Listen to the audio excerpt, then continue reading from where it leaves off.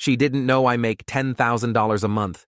She threw hot soup at me and yelled, "No place for poor village girls." But then, she went pale when she saw her apartment. Before we continue, please write in the comments where you're watching this video from. The story is not true. Enjoy the story. Lila stood at the edge of her small village, the morning sun casting a golden glow over the rolling hills. Her worn-out sneakers crunched against the gravel as she clutched a single suitcase, her heart pounding with a mix of fear and excitement. She was 24, with dreams bigger than the tiny, judgmental village she'd grown up in. For years, she'd been the poor village girl, mocked for her patched clothes and her family's crumbling shack. But Lila had a secret. She was no longer that girl. 3 years ago, while working at the village's only cafe, she'd taught herself coding on a borrowed laptop. What started as a hobby turned into a full-time gig as a freelance app developer. By the time she left the village, she was earning $10,000 a month, a fortune no one in her small community could even fathom. She'd kept it a secret, saving every penny for a new life in the city, far away from the whispers and pitying looks. Now, she was on her way to meet her fiancé, Ethan, in the city. They'd met online through a mutual coding forum, bonding over late-night chats about tech and dreams. Ethan was kind, ambitious, and the first person who'd ever seen Lila for who she truly was. He'd proposed just 6 months ago, and she'd said yes without hesitation. But there was one problem. Ethan's mother, Margaret. Margaret was a wealthy, sharp-tongued woman who'd made it clear she didn't approve of Lila. "A village girl?" she'd sneered during their first video call, her voice dripping with disdain. "Ethan, you can do better." Lila had brushed it off, hoping Margaret would warm up to her once they met in person. Ethan had assured her his mother just needed time. But as Lila boarded the bus to the city, a knot of anxiety tightened in her stomach. She had no idea what was waiting for her. The bus ride was long, and Lila spent it staring out the window, watching the landscape shift from endless fields to towering skyscrapers. By the time she arrived at Ethan's apartment building, the sun was setting, painting the city in shades of orange and pink. Ethan greeted her at the entrance, his warm smile melting away some of her nerves. "You made it," he said, pulling her into a hug. "Mom's here for dinner. She's in a mood, but don't worry, she'll come around." Lila nodded, forcing a smile. She adjusted her simple sweater, the same one she'd worn in the village, and followed Ethan into the elevator. The building was sleek and modern, with marble floors and glass walls that reflected her nervous expression. As they stepped into Ethan's apartment, the smell of simmering soup filled the air. Margaret was in the kitchen, her back to them, stirring a pot with a wooden spoon. She turned, her eyes narrowing as they landed on Lila. "So this is the village girl?" Margaret said, her tone icy. She was a tall woman with perfectly styled hair and a designer dress that probably cost more than Lila's entire wardrobe. "I thought Ethan was joking when he said you'd be coming to stay." Her gaze raked over Lila, lingering on her worn suitcase and scuffed shoes. "You look exactly like I expected." Lila felt her cheeks burn, but she straightened her spine. "It's nice to meet you, Mrs. Carter," she said, her voice steady despite the sting of Margaret's words. "Thank you for having me." Margaret snorted, turning back to the stove. "Don't thank me yet. Let's see if you can even handle a proper city dinner."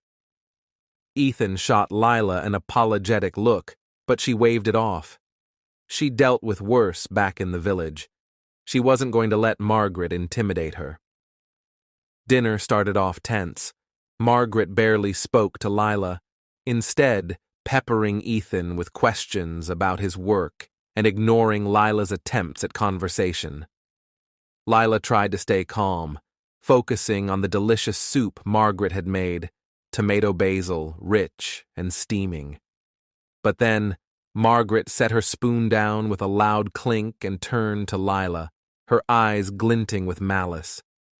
"Tell me, Lila," she said, her voice deceptively sweet. "What exactly do you do for a living? I can't imagine there's much opportunity for someone like you in a village." Lila hesitated. She hadn't told Ethan about her income yet, wanting to surprise him with her success once she settled in. But Margaret's tone made her blood boil. "I'm a freelance app developer," she said simply, keeping her voice calm.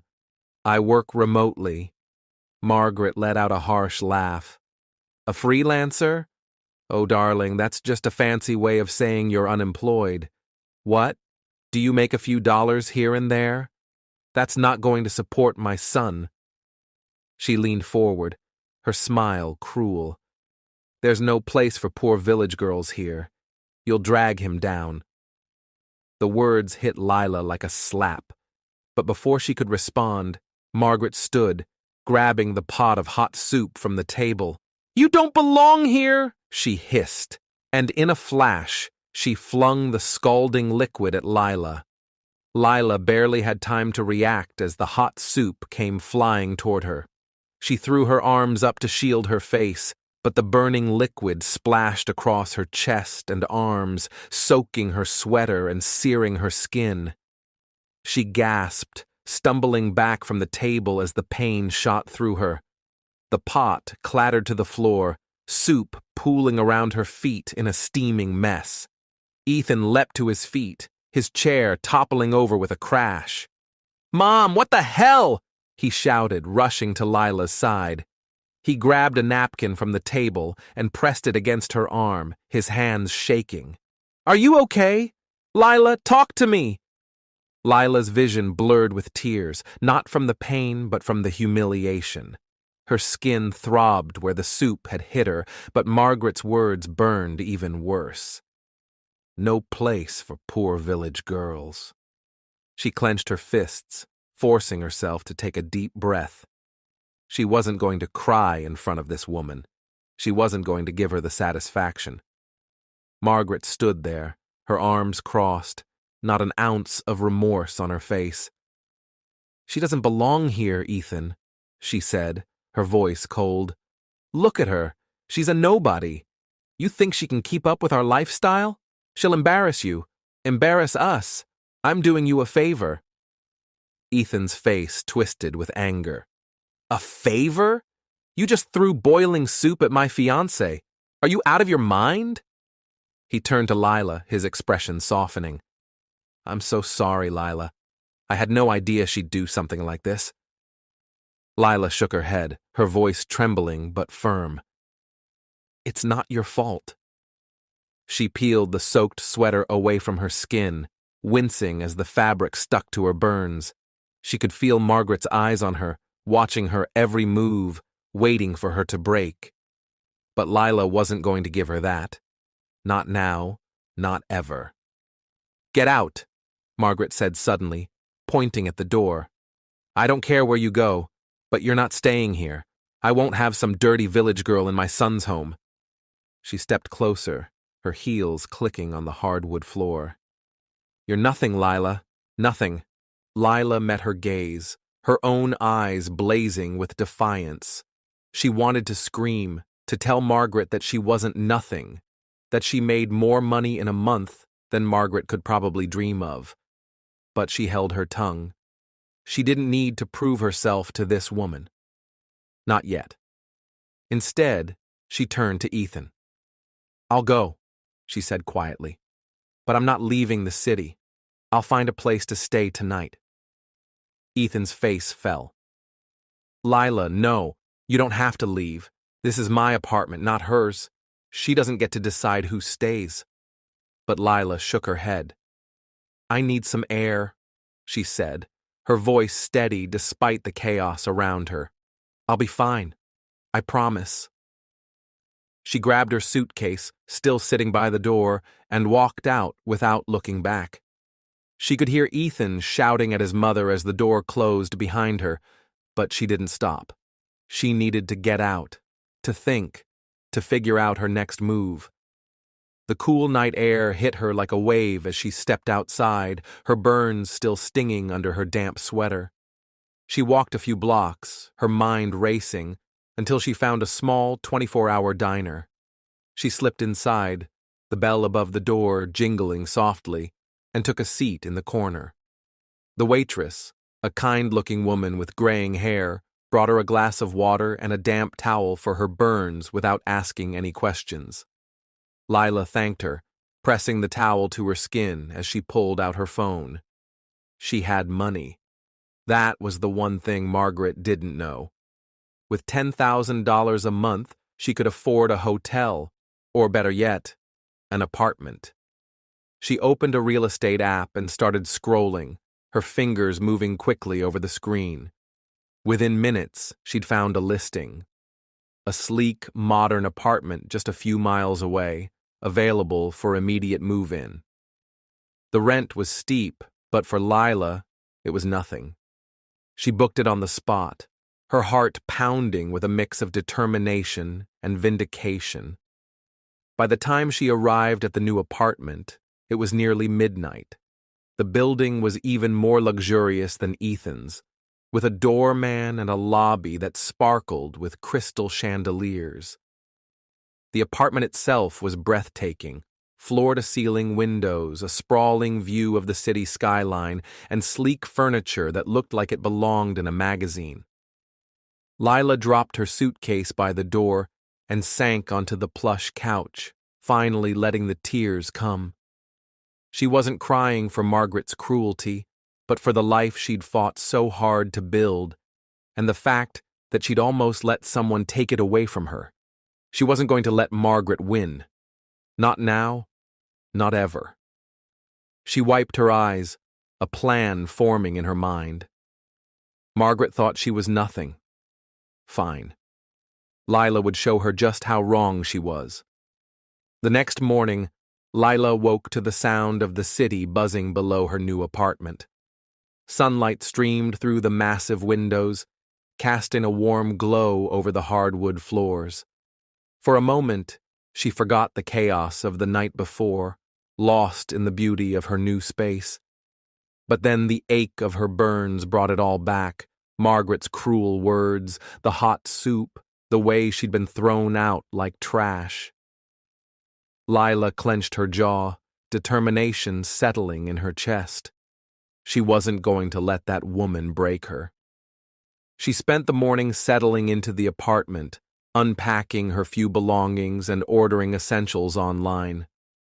With her income, she could afford to furnish the place exactly how she wanted, modern, minimalist, with a touch of warmth.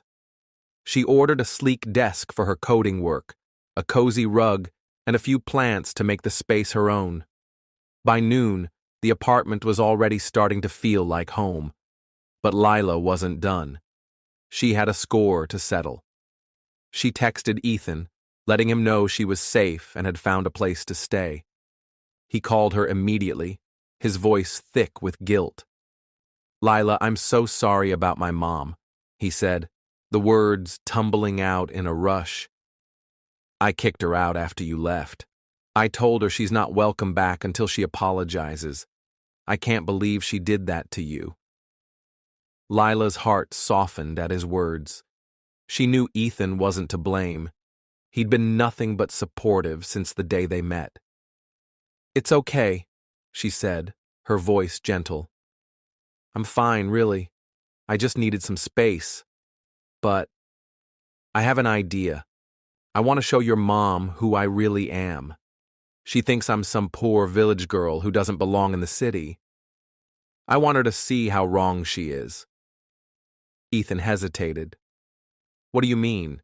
Like, confront her?" "Not exactly," Lila said, a small smile tugging at her lips. "I want to invite her to my new apartment. I'll tell her I'm staying with a friend, but I won't mention that I rented it myself. I want to see her face when she realizes I'm not who she thinks I am." There was a pause on the other end of the line, and then Ethan let out a low whistle. "That's brilliant," he said, a hint of admiration in his voice. "She'll lose her mind. But are you sure?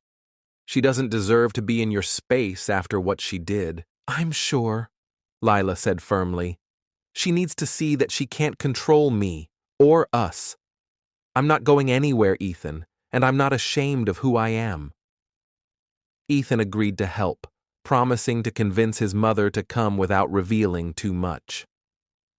Lila spent the rest of the day preparing. She ordered groceries, stocked the sleek kitchen, and even bought a new outfit. Nothing flashy, just a simple dress that made her feel confident. She wanted to look put together, but not like she was trying too hard. By the time evening rolled around, the apartment was ready, and Lila's nerves were buzzing with anticipation. Ethan arrived first, his jaw dropping as he stepped inside. "Lila, this place is incredible," he said, his eyes wide as he took in the view. "How did you even find this? And how are you affording it?" Lila hesitated, then decided it was time to tell him the truth. "I've been meaning to tell you," she said, sitting him down on the couch. "I'm not just a freelancer, I'm a pretty successful app developer. I make $10,000 a month, Ethan. I've been saving up for years, and I can afford this place on my own." Ethan stared at her, his expression a mix of shock and pride. $10,000 a month? Lila, that's amazing. Why didn't you tell me? "I wanted to surprise you," she admitted, a shy smile on her face. "I didn't want you to think I was with you for your money or anything. I wanted to build my own life first." Ethan pulled her into a hug, his voice warm. "I'm so proud of you, and I can't wait to see my mom's face when she realizes she's been completely wrong about you." They were interrupted by a sharp knock at the door. Lila's heart jumped, but she squared her shoulders and went to answer it. Margaret stood in the doorway, her lips pressed into a thin line. She was dressed impeccably, as always, her eyes scanning the apartment with a mix of curiosity and suspicion. "So," she said, stepping inside without waiting for an invitation. "This is your friend's place? I hope they're more suitable than you are." Lila forced a smile, gesturing for Margaret to come in. "Yes, my friend was kind enough to let me stay here. Please, make yourself comfortable." Margaret walked in, her heels clicking against the floor as she took in the space. Her eyes widened slightly at the luxurious decor, but she quickly masked her surprise with a sneer. "It's decent, I suppose," she said, her tone dismissive. "But let's not pretend you belong in a place like this. You're still the same village girl, no matter where you stay." Lila's smile didn't falter. "We'll see about that," she said softly, her voice laced with quiet confidence. Margaret sat on the edge of the sleek leather couch, her posture rigid as she surveyed the apartment with a critical eye. Lila could tell she was impressed, even if she refused to admit it. The city skyline sparkled through the windows, the lights reflecting off the polished surfaces of the room. Ethan stood by Lila's side, his hand resting lightly on her back, giving her the silent support she needed. Lila took a deep breath, ready to set her plan in motion. "Would you like some tea, Mrs. Carter?" Lila asked, her tone polite but firm. She wasn't going to let Margaret's icy demeanor shake her. Not this time. Margaret waved a hand dismissively. "I suppose," she said, her voice clipped. "But let's not drag this out. I only came because Ethan insisted. I still don't see why you think you belong in our world." Lila nodded, heading to the kitchen to prepare the tea. She could feel Margaret's eyes on her, watching her every move, waiting for her to slip up. But Lila was in her element now. This was her space, her rules. She returned with a tray of tea, setting it down on the glass coffee table with a calm smile. "I think you'll be surprised, Mrs. Carter," she said, taking a seat across from her. "There's a lot you don't know about me." Margaret raised an eyebrow, sipping her tea with a look of disdain. "Oh, really? What, did you win the lottery or something? I doubt there's anything you could say that would change my mind." Lila leaned back in her chair, her hands folded in her lap. "I didn't win the lottery," she said, her voice steady. "But I do make $10,000 a month as an app developer. I've been doing it for years, working remotely from my village. I saved every penny, and now I'm here, building a life for myself. This apartment? I rented it myself. It's not a friend's place. It's mine." The room fell silent. Margaret's teacup froze halfway to her lips, her face going pale as the words sank in. Ethan let out a small, triumphant laugh, but Lila kept her gaze locked on Margaret, watching as the older woman's expression shifted from shock to disbelief to something that looked suspiciously like fear. You make $10,000 a month?" Margaret stammered, her voice barely above a whisper. "That's impossible. You're just a village girl. You can't—" "I can and I do," Lila interrupted, her voice calm but firm. "I've worked hard for everything I have. I taught myself to code on a borrowed laptop, stayed up nights learning, took every job I could get. I didn't have anyone to hand me opportunities. I made them myself. And I'm not going to let you or anyone else tell me I don't belong here." Margaret's mouth opened, then closed again, her hands trembling as she set her teacup down. For the first time since Lila had met her, the woman looked small, vulnerable. All the arrogance, all the cruelty, it was gone, replaced by a stunned silence that spoke volumes. Lila felt a surge of satisfaction, but she wasn't done yet. "I know you think I'm not good enough for Ethan," Lila continued, her voice softening slightly. "And I understand why you might feel that way. I don't come from money or privilege or a fancy family, but I love your son, and I'm building a life I'm proud of. I don't need your approval, Mrs. Carter, but I'd like to think we could at least try to understand each other." Margaret didn't respond for a long moment, her eyes darting around the apartment as if searching for an escape. Finally she spoke, her voice barely audible. I didn't know," she said, her hands twisting in her lap. I thought you were just a poor village girl?" Lila finished for her, a small smile tugging at her lips. "I was, but I'm not anymore. And even if I were, that wouldn't make me any less worthy of being here, or of being with Ethan." Ethan squeezed Lila's hand, his eyes shining with pride. "Mom, you owe Lila an apology," he said, his tone firm. "What you did last night was unacceptable. You hurt her physically and emotionally.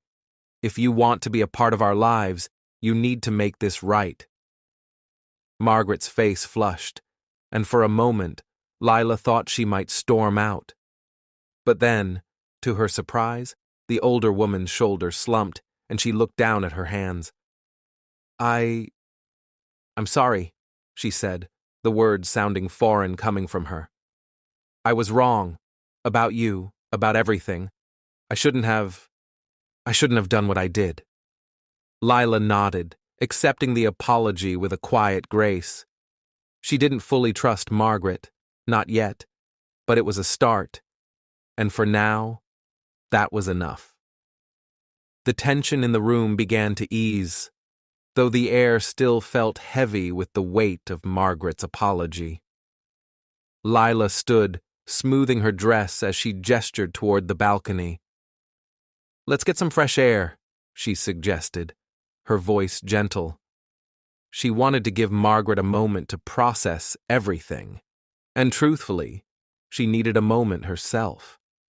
The confrontation had gone better than she'd expected, but her burns still ached, a reminder of the night before.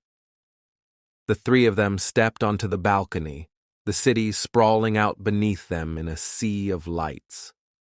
The cool night air felt refreshing against Lila's skin, and she leaned against the railing, letting the moment sink in. She'd done it.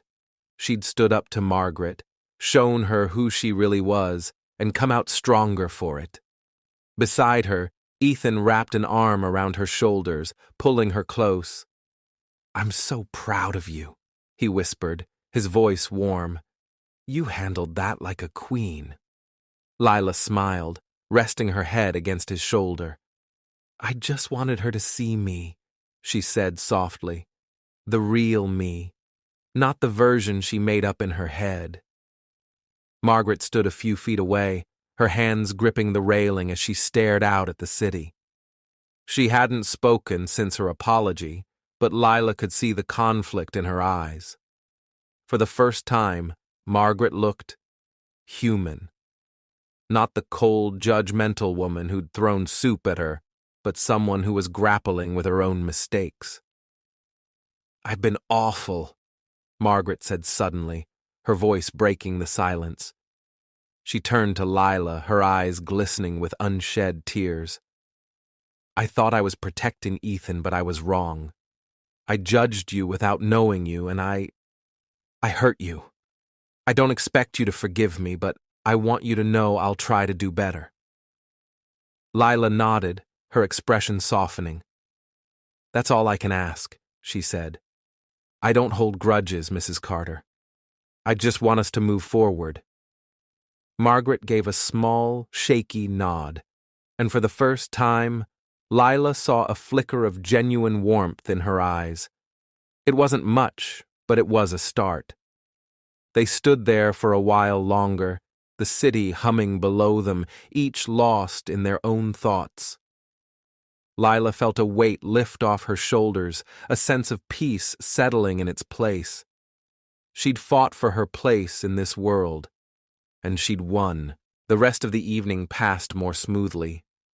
Margaret stayed for a while, asking tentative questions about Lila's work and her life in the village. Lila answered honestly, sharing stories of her childhood, her struggles, and her triumphs. By the time Margaret left, there was a cautious understanding between them, not friendship, not yet, but a mutual respect that hadn't been there before. After she was gone, Ethan turned to Lila, his eyes bright with admiration. "You're incredible," he said, pulling her into a kiss. "I knew you were strong, but tonight, you blew me away." Lila laughed, the sound light and free. "I had to do it," she said, her voice soft. "I spent so long letting people define me, back in the village and even here. I needed to show myself that I'm more than what they think." Ethan nodded, his hand cupping her cheek. "You're everything," he said simply, "and I can't wait to build a life with you." They spent the rest of the night on the couch, wrapped in each other's arms, talking about their future. Lila felt a sense of hope she hadn't felt in years. She'd come to the city with nothing but a suitcase and a dream, and now she had a home, a partner, and a future she could be proud of.